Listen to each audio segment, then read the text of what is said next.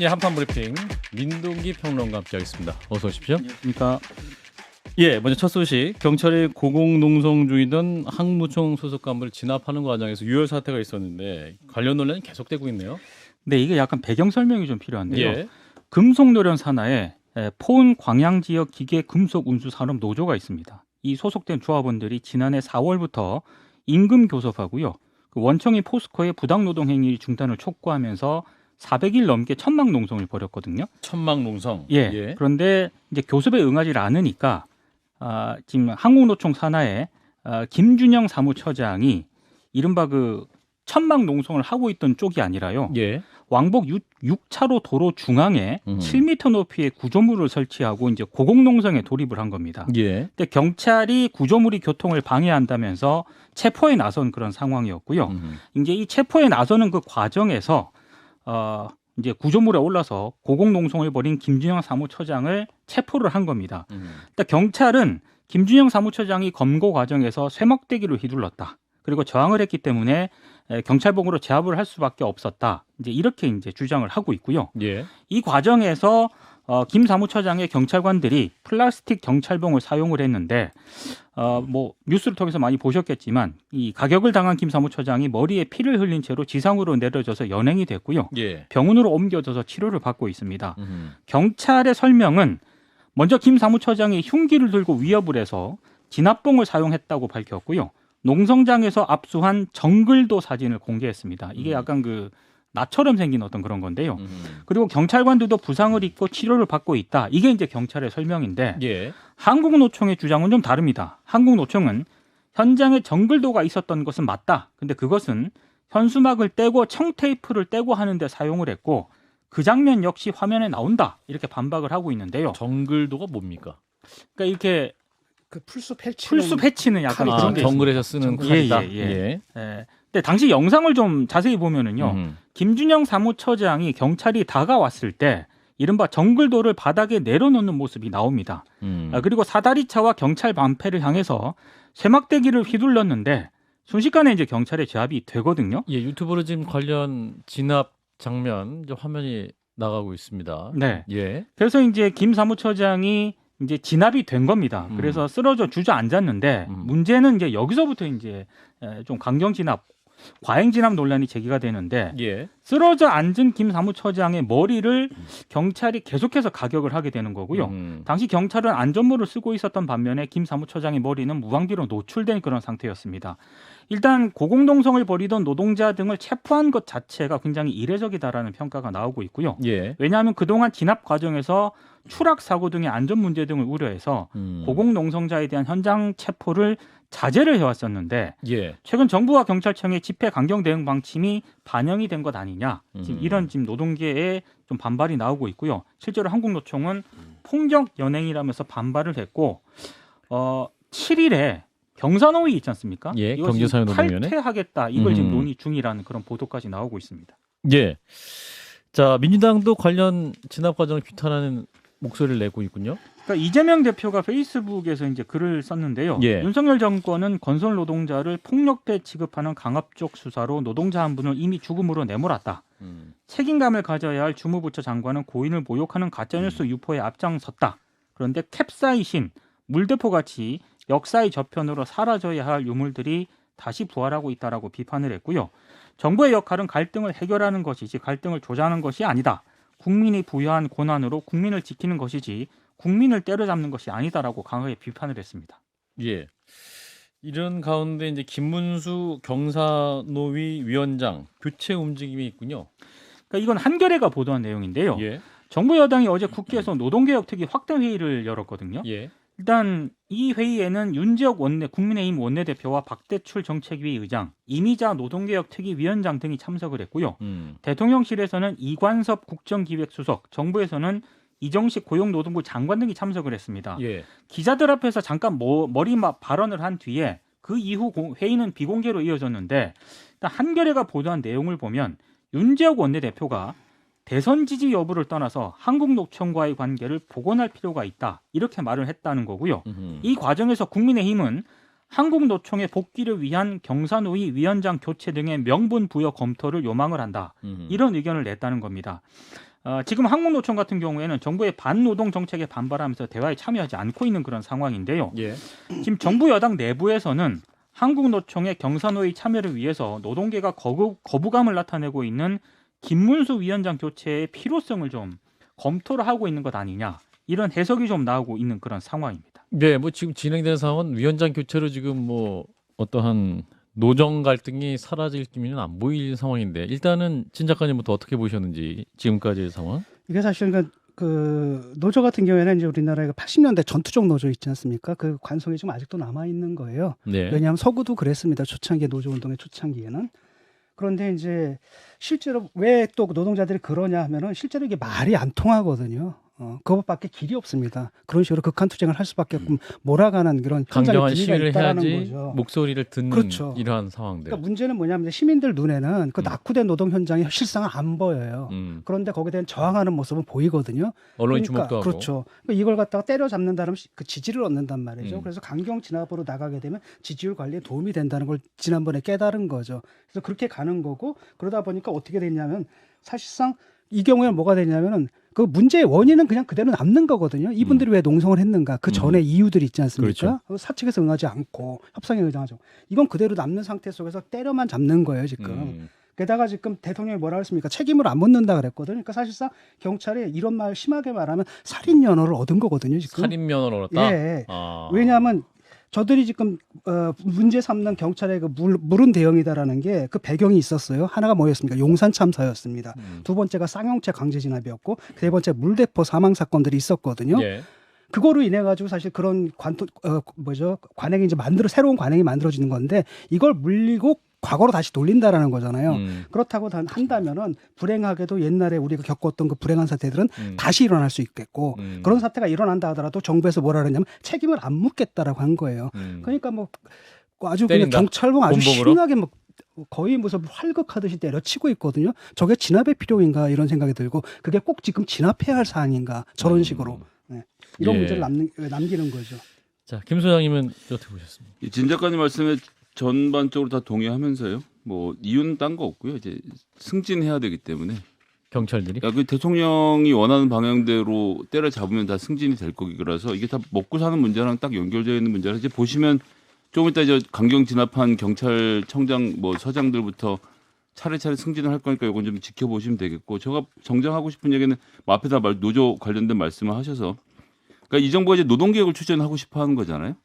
그럼 이제 지금쯤은 정리를 해도 1년 지났으니까 1년 전에는 뭐 아무것도 모르는 상태였으니까 그렇다 치고 일단 협상 주체를 누구로 할 건지 좀 정했으면 좋겠어요. 노동자와의 대화. 아니, 그러니까 뭐 기본적으로 한국노총이라도 껴줄 건지. MG 노조 있잖아요. 아, MG 노조. 네. 그거 근데 MG 노조에 가입된 그 조합원 수는 몇 천만밖에 안 되거든요 지금. 그것도 이제 대기업 노조 위주고 예. 민주노총을 뭐 끼자 말자를 자기들끼리 논의하는 건 가능하다고 보는데 한국노총이 끼냐 마냐를 논의하는 단계면 하여튼 윤석열 정부가 말을 해라. 누구를 노조의 주체로 그러니까 협상의 주체로 할 건지 그다음에 테이블은 어떻게 만들 건지 또 얘기를 좀 했으면 좋겠고 그래서 구체적으로 하고 싶은 노동개혁의 의제가 뭔지를 설명했으면 좋겠는데 이제 윤석열 대통령 후보 시절에 열린민주당 주진영 최고위원이 했던 그 유튜브 담화를 정순국 우리 승가대 교수님이 했던 담화를 보면서 직무급제 저거 좋은데 이러면서 1호 과외 선생님 모셔서 그 이벤트를 했던 적이 있습니다. 그러니까 직무급제로 전환해야 된다는 말씀을 대통령이 하시는데 그러니까 이게 노동제를 너무 모르시니까 제가 어디부터 설명드려야 될지 모르겠는데 연봉제를 직무급제로 바꾸는 게 되게 호봉제를 바꾸고 하면 되게 좋아 보이지만 전체 100% 임금 노동자 중에서 임금 테이블이 있는 노동자가 40%가 안 되고요. 연봉제 10%, 직무급제 10%에서 크게 차이도 없습니다. 이 대규모 노조 10% 어떻게 움직일 건가가 지금 대통령이 추구하고 싶은 노동개혁인가요? 그러니까 잘 모르면 전문가들한테 맡기든가 아니면 최소한 협상 주체가 누군지를 좀 정해서 70년대 노조 활동 해보시지 않았냐라고 하면서 김문수 위원장을 세울 게 아니라 조금 더 정상적으로 테이블 만들고 1년 정도 지났으면 좀 했으면 좋겠어요. 노동개혁. 이렇게 하겠다는 방향을 이제는 좀 보여주실 때가 되지 않았나 싶습니다. 김문수 경사노위원장 있잖아요. 교체하면 안 됩니다. 왜냐하면 현 정부의 노동 정책을 가장 강력하게 이 사람이 대변하고 있거든요. 그렇기 때문에 사실은 막 가는 거지 않습니까? 근데 문제는 뭐냐 그러다 보니까 한노총도 대화 테이블이 없는 거예요. 그럼 누구랑 대화를 해? 이러다 보니까 부랴부랴 이 사람 쫓아내려고 하는데 안 맞습니다. 정부는 애초에 이분의 그 강경한 기조 그대로 간 거거든요. 예. 근데 이제 와가지고 쫓아낸다는 게 말이 되는가라는 생각이 들어요. 예, 일단은 여기까지 하고요. 다음 이슈. 이 전세 사기 피해 지원을 특별법이 이제 오늘부터 시행이 됐습니다. 그러니까 이 특별법에 따라서요. 예. 지원을 받을 수 있는 전세 사기 피해자를 결정하는 전세 사기 피해 지원위원회도 이제 오늘 출범을 했는데 예. 바로 1차 위원회를 열었습니다. 근데 위원회가 총 30명으로 구성이 되어 있거든요. 뭐 전직 판검사 등 법률 전문가도 들어가 있고 예. 주택 임대차 분야 전문가 등도 들어가 있습니다. 위원장은 최완주 전 서울 고등법원장이 맡았습니다. 근데 이 피해자들을 지원하는 피해자 입장에서 보면은 절차가 좀 긴 것 같습니다. 일단 간단하게 설명을 드리면 특별법 지원이 필요한 임차인은 거주지 관할 시도에 전세 사기 피해자 결정 신청을 해야 하고요. 각 시도는 30일 내로 조사를 마치고 결과를 국토부로 넘깁니다.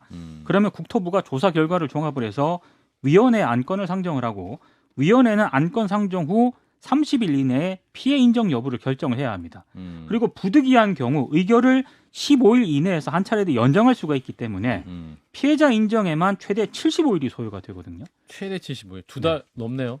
그러니까 피해자 10달. 입장에서는 너무 길다 뭐 이런 우려가 벌써 나오고 있는 그런 상황이고요. 또 예. 피해자로 인정받지 못한 분들 있지 않습니까? 그렇죠. 그럼 또 국토부에 이의 신청해야 되고 또 재심의 결과도 내야 되고 이런 번거로운 절차가 있기 때문에 아하. 너무 긴 거 아니냐라는 어떤 그런 불만들이 벌써부터 나오고 있습니다. 예, 일단 뭐 정부로선 최선을 다한다고 해서 또 이런 법안까지 나왔을 텐데 또 어떤 맥락이 있는지 국회 국토위 법안심사 소위원장이세요. 국민의힘 김정재 의원을 연결하겠습니다. 의원님 나와 계시죠? 네, 안녕하세요. 김정재입니다. 예, 자 법안심사소위에서 2주 넘게 이제 팽팽하게 여야가 논의했던 법안이 오늘부터 이제 시행이 됐는데 어떤 네. 저 소회가 드실 것 같습니다. 어떤 마음이십니까? 네, 뭐 정말 저는 소위원장으로서는 그냥 작은 기적이 일어난 것 같습니다. 기적이다. 왜냐하면 예, 처음에는 정부 여당과 또 야당, 민주당, 정의당이 주장하는 바가 굉장히 간극이 컸었습니다. 그런데 이제 여야가 계속 5차례 집중적으로 논의를 했었고요. 예.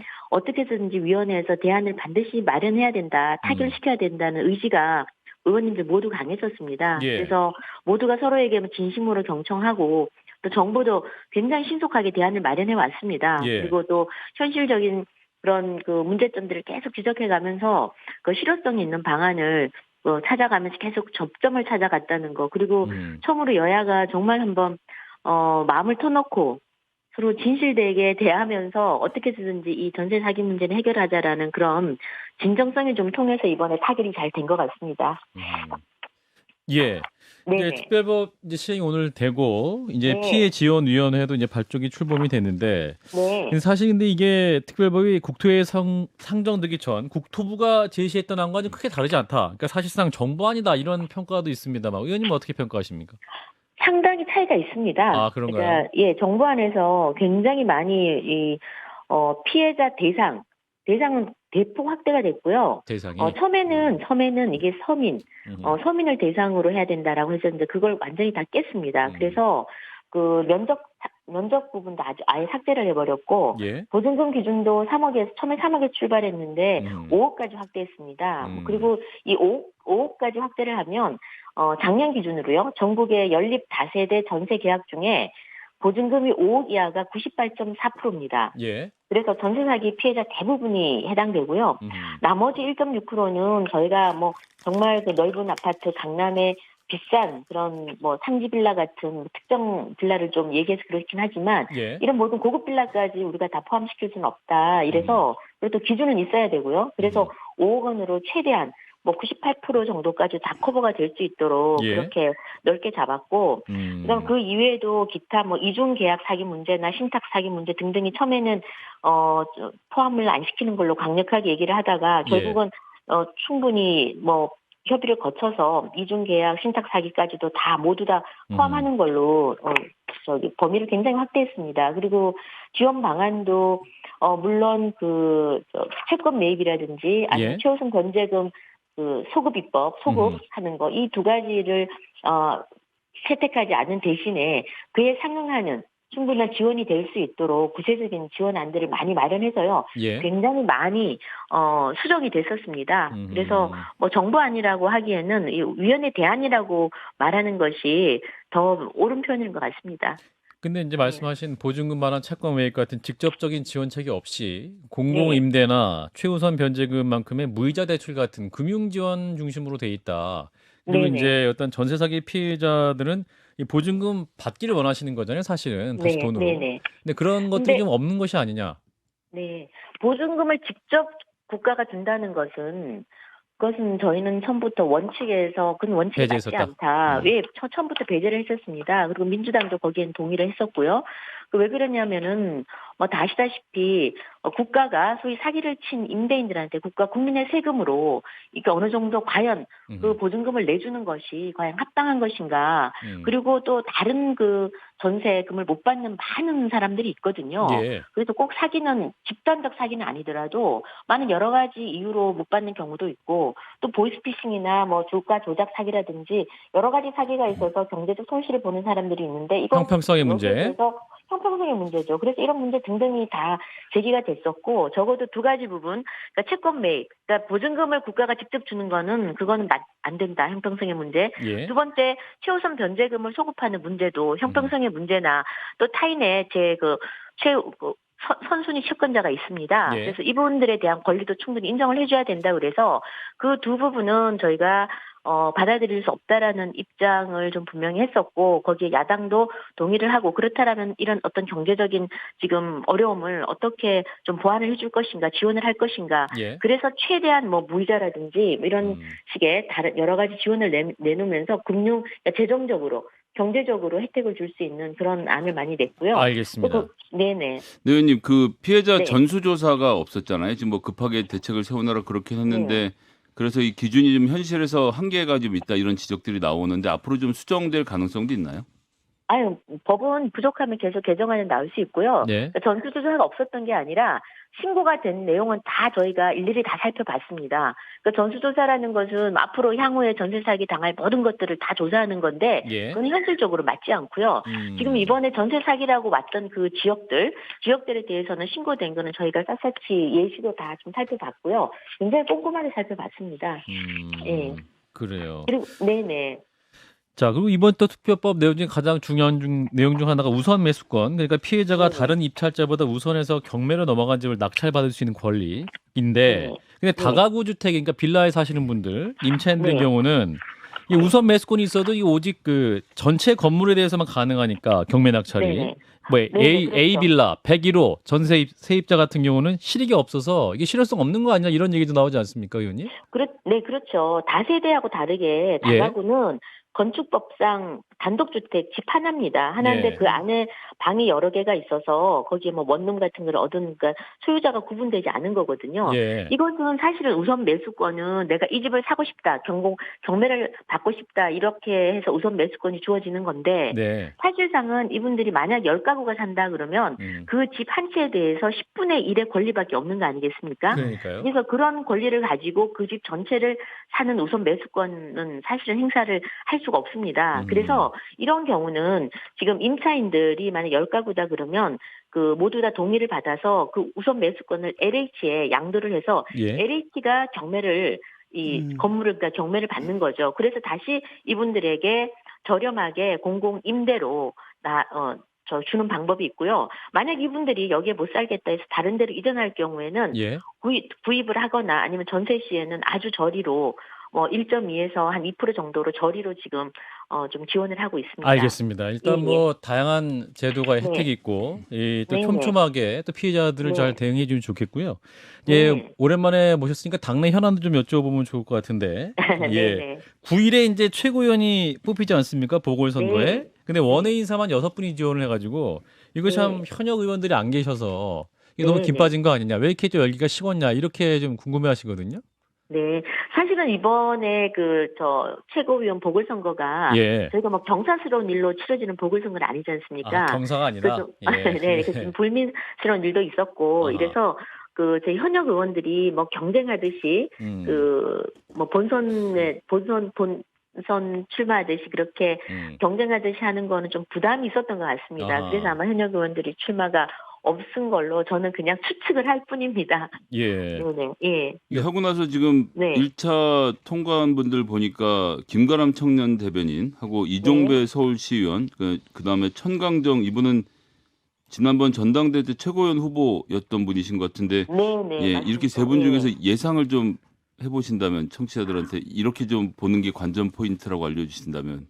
글쎄요, 저는 이제 뭐 전국위원님들의 마음을 다 예측할 수는 없겠지만, 예. 그 언론에서는 지금 김가람 후보가 유력 후보로 나오더라고요. 예, 언론에서만 근데 이제 그렇습니까? 저는 언론에서는 그렇지만, 예. 저는 성강정 후보나 어. 이종배 후보도 충분히 그때 연설도 듣고 했었는데, 예. 굉장한 역량을 갖춘 분으로 저는 알고 있습니다. 그래서 결국 뭐 5일에 토론이 있다 그러니까요. 아하. 지켜본 다음에 9일쯤에 결정된 것 같은데, 누가 되든지 이번에 다시 되시는 분들은 좀 더 이렇게 당이 좀 제대로 갈 수 있도록 뭔가 더 좀 긍정적인 역할을 좀 많이 해주셨으면 합니다.